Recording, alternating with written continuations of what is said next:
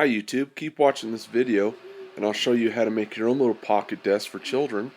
Perfect for holding crayons and being used in an area that doesn't have a whole lot of storage. It's wonderful and children love it. Please subscribe, and if you enjoy this video, watch more of my videos. Also, to remember to build and use at your own risk. I won't take any liability. Thank you. Bye. What?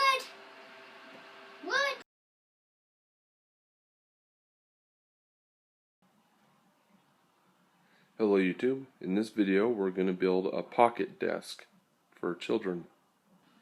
Measuring the space I had upstairs in the children's room, I'm going to make this pocket desk 30 inches wide. We're going to just mark it and get the line done across with a square.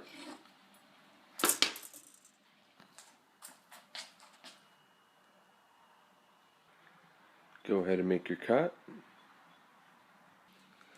Now this spare piece of particle board here is going to essentially become my desktop.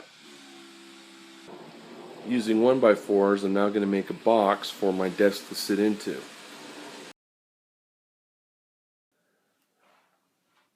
Okay, now that I've cut out the box that my desk will be laying against when it's put away, just want to make sure all the lengths are right.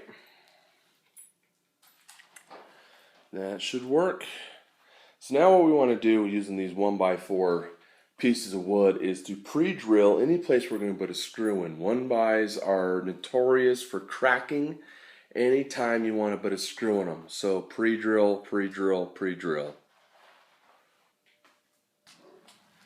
Or if you're just like me and you realized you're out of screws, go ahead and break out your wood glue and some finishing nails. That'll put this box together too. It's only 1x4, so you don't need anything heavy duty.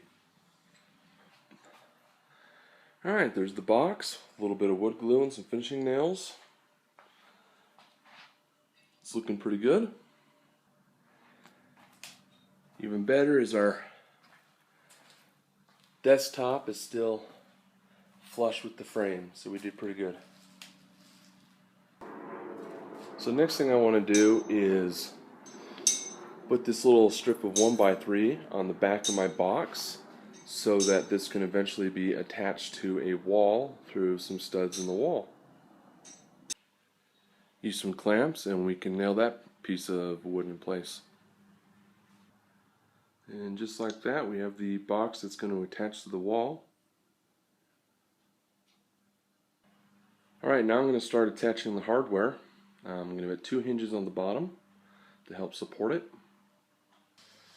Alright, so figure out where you want your hinges to go.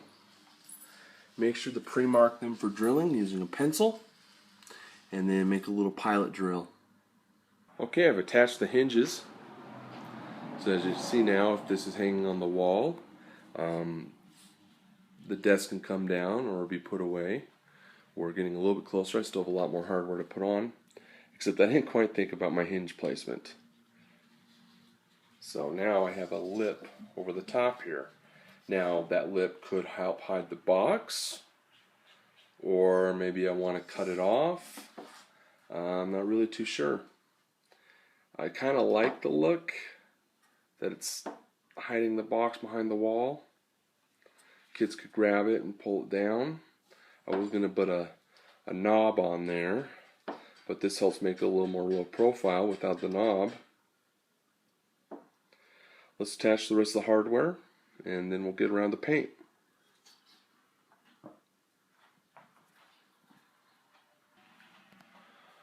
Okay, we're coming along.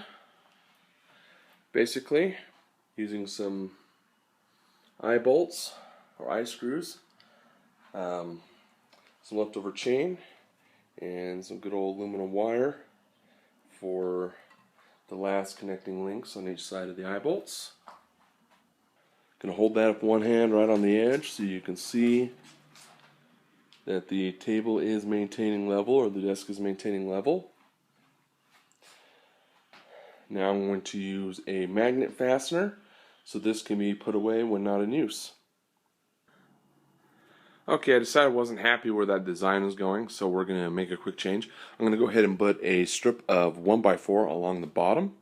That way maybe when this is closed it can hold a few things like coloring books or crayons. Let's see how that works. Okay, I think that's starting to look a little bit better. So part of my redesign real quick is we went ahead and found some better wood for the eventual desktop, and I'm going to cut this out for size. Now you can see with the new top attached, hinges are already attached. One little problem that you come across with wood though is we have a little warp in the wood that's making it bow out. That's going to make it a little hard for the magnets to catch. Easy fix though, just grab a clamp and clamp that down for a couple days. The wood will form right to the board that you're working with. So I tried a stiff hinge for the door here, and it didn't quite work because the hinge wanted to fold too far back and it would have went right into my wall. So that's not going to work. I'm going to have to stick with the chains as was my original plan. A little unfortunate, but it will still work. So I was talking about the hinge. This was the hinge. As you can see, it probably would have worked really well in a toy chest. I was actually looking for something like this. This or a small pneumatic, and I was not able to find any. And I didn't have any on hand at first, but I just found this in the store and thought, oh great, awesome. The problem is when I put it on, the elbow on it bent too far back and went pushed right in my wall, so it did not work for this project. So I'm going to stay with the chain. As you can see, I just went ahead and picked up a little keychain ring or key ring to help put my chain on. These really small eye screws that I purchased. Easy. Starting to come together. Okay. So now we have a functioning design. I'm going to go ahead and put a pencil catch on the bottom and then a knob for the front so we can open this. And then of course we'll paint it. I'm going to put chalkboard paint on the front so that the kids can draw on it.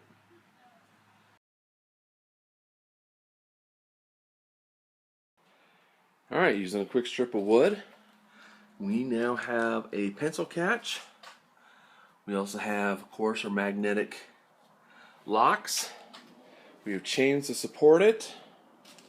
Closing it, you can see people will be able to store crayons or coloring books back there, or books. And oops,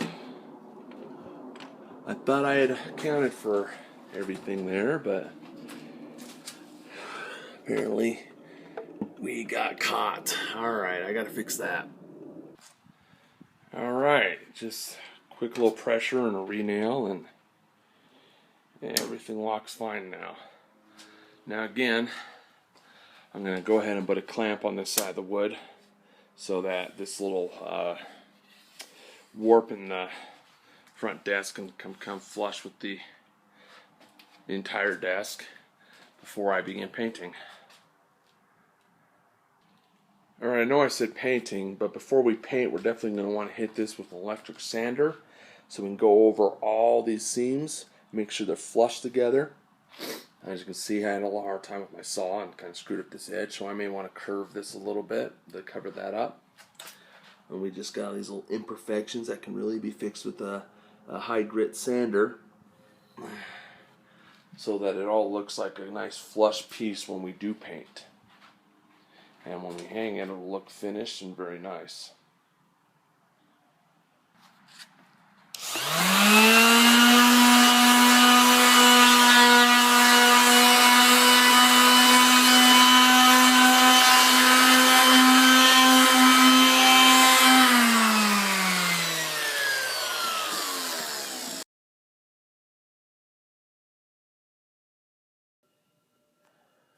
Alright, now I've started painting. You can see I've taped off every place where I didn't want the stain to get. This big center area, I'm going to do some chalkboard paint across it so the kids can draw on it if they want. We went ahead and chose a stain called Old Leather, and I've gone ahead and stained the entire outside. It's kind of dark in here, so you really can only see what's directly above the light. Once this stain and sealer in one dries, I'll go ahead and open this up, and we'll stain everything inside. Very important when you stain is not to put too much excess down, and to, of course, paint with the grain. Very easy. I like to use foam brushes instead of rags. A lot of people use stain, they'll just rub in with a rag. I prefer the foam brush. I do not like a loose bristle brush when doing this because you can leave bristles behind, and bristles leave a lot more streaks as well than the foam or the regular rags. So, yeah, it's coming along. Of course, I taped around my knob. I want my knob to be stained as well.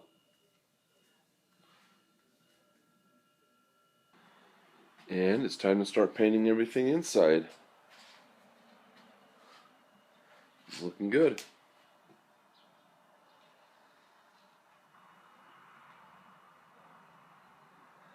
Alright, all the stain's been applied.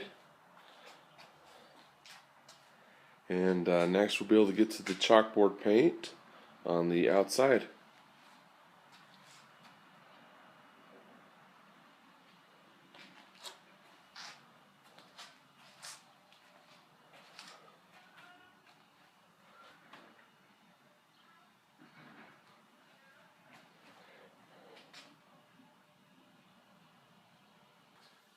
So I went ahead and used a spray paint chalkboard paint. It's still drying. We'll see how the finish looks when it's all nice and done. It's looking pretty good.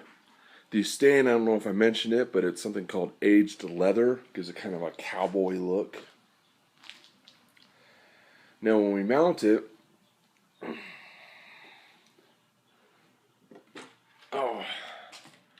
remember we created that mounting board right there. So I'm going to go ahead and make 2 pre-drilled holes so that we don't crack the wood. But also when we mount it, we're going to be looking for a stud in the wall for a 3rd hole. Make sure to put in some wall anchors so it sticks to the wall, and eventually try to find a stud for a 3rd screw.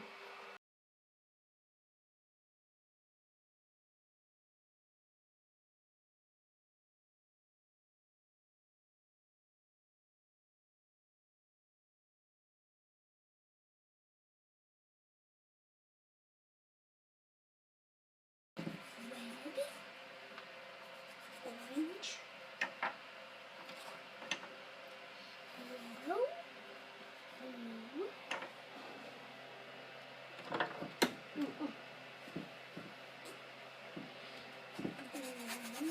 Thanks for watching this entire video. As always, build at your own risk. I'm not going to be responsible if this falls off the wall and harms your children. You made the decision to make it yourself. However, we're quite happy with it.